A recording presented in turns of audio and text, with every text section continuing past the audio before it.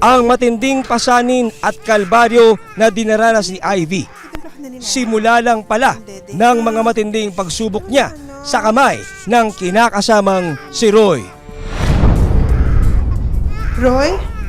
Si Jade? Lumabas ba si Jade? Pusoy! Hindi kayo! Roy, si Jade, yung anak mo. Tulungan mo naman ako dito. Hindi na nga ako maganda o gagaw. Ano ba, naglalaro ako eh, ano ba? Pakisilip mo lang yung anak mo. Ano ba? Ito na! Noong maipanganak noong 2013 ang ikalawang anak na si Ramram, hindi niya rin tunay na pangalan. Nagpatuloy ang pagbubuhat ng kamay ni Roy. Dito! Yung pag inutusan ko siya about sa mga bata, gusto niya po yung hindi po siya mautusan, higa lang siya, magre-reklamo siya. Pinabayaan ko na lang po siya, ma'am. Ako na lang pong gumagawa. Dito na rin napansin ni Ivy na tila pati ang kanyang panganay na anak nasasaktan na rin ng sarili nitong ama. Roy, dahan-dahan naman. Nasasaktan yung bata.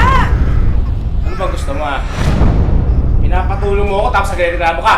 Ang gulo mo ah! Inutusan ko lang po siya.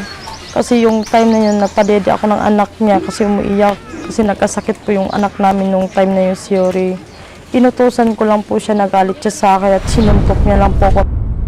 Sa kabila ng mga pananakit, hindi sinukuan ni Ivy ang mister.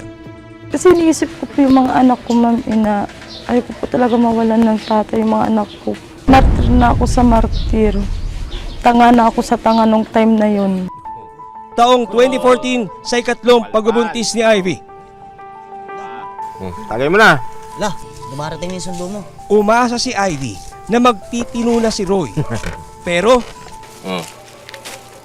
Roy, nakauwi ka na pala. Bakit naman hindi ka sa bahay dumiretso? Tol, buntis pa naman yung asawa mo. Kaya mo siya. Ginusto niya yan eh. Umuwi na tayo. Dalawang anak mo na yung inaalagaan ko tapos buntis pa ako. Halika na. Dito na lang sa bahay manood. Sige. Tara na. Sige, tara na. Gusto mo eh. Tara na. Halik mo eh. Tol, easy ka lang.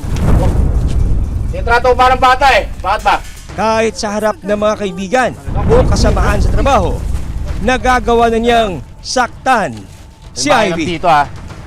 Sige na. Ha? Sawa kong makulit. Ha? What? Ano? Gusto mo na umuwi? Tara, uwi na tayo. Tol, Uwi na tayo. Gusto mo umuwi. Liz! Binabaliwala ko lang po yung lahat kasi naawa ako sa mga anak ko. Mag-uwian siya, ma'am. Inuuntog-untog niya yung ulo ko. Tiniis ko yun. Tama na, nakaubos ka na ng isang pichili. Ano ba? Tama na. Ba nangingialam ka? Ha? Sige, magpakalunod ka. Tapos gumapang ka sa pag-uwi. Hirap mong pagsabihan. Gusto mo na mauna magbanlaw ha?